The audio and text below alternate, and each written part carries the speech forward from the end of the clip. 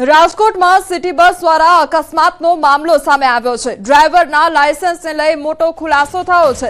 Licence expire થયું હોવાનું સામે આવ્યું છે। 17 ફેબ્રુઆરી 2025ના રોજ એક્સપાયર થયું હતું લાયસન્સ। તો ડ્રાઈવર શિશુપાલસિંહ ઝાલાએ અકસ્માત સર્જ્યો હતો અને આ અંગે મોટું અપડેટ સામે આવ્યું છે। રાજકોટમાં ભયાનક અકસ્માત સર્જાયો, જેમાં 4 લોકોના ઘટનાસ્થળે જ મોત નીપજ્યા છે।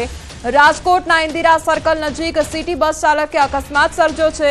બેકાબુ સિટી બસ ચાલકે અકસ્માત સર્જતા 4 લોકોના ઘટનાસ્થળે જ મોત નીપજ્યા છે।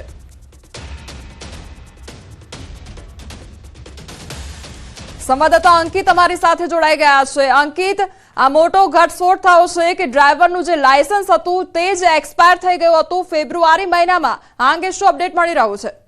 ચોક્કસ ખાસ કરીને વાત કરવામાં આવે તો રાજકોટના ઇન્દિરા સર્કલ પાસે સવારે 9:51 આસપાસ સિટી બસનો જે ચાલક છે શિશુપાલસિંહ ઝાલા કે જે 52 નંબરની બસ ચલાવતો હતો, તેના દ્વારા ટ્રાફિક સિગ્નલ ઉપર જે રાહદારીઓ ઉભા હતા તેમને અડફેટે લેવાનો છે તે પ્રયાસ કરવામાં આવ્યો હતો અને તે જ અંતર્ગત 2 મહિલા અને 2 પુરુષોના મળીને કુલ 4 જેટલા નિર્દોષ વ્યક્તિઓના મૃત્યુ થયા હોવાનું છે તે સામે આવ્યું છે।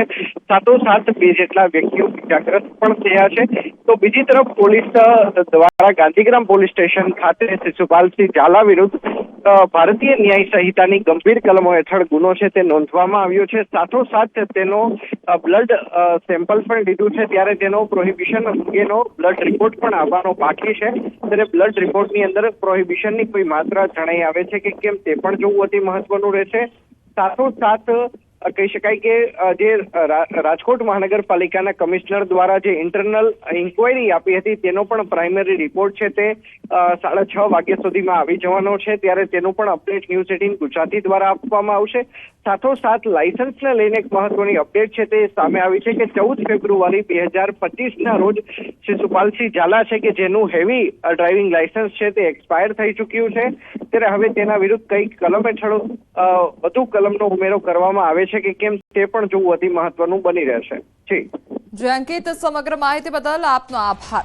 તો રાજકોટની આ ઘટના કે જ્યાં અકસ્માત સર્જાયો અને આ અંગે સૌથી મોટું અપડેટ સામે આવ્યું છે કે જે લાયસન્સ હતું ડ્રાઈવરનું એ જ એક્સપાયર થઈ ગયું હતું। બસમાં જે મુસાફરો હતા અને જે લોકો હતા તેમના દ્વારા તોડફોડ કરવામાં આવી હતી। લોકોમાં આક્રોશ વ્યાપ્યો હતો અને બસની તોડફોડ કરવામાં આવી હતી કારણ કે ભયંકર અકસ્માત સર્જાયો હતો। બીજી તરફ જે પરિવારજનો હતા તેમનો પણ આક્રંદ જોવા મળ્યો હતો। અમદાવાદમાં અકસ્માત બાદ કાર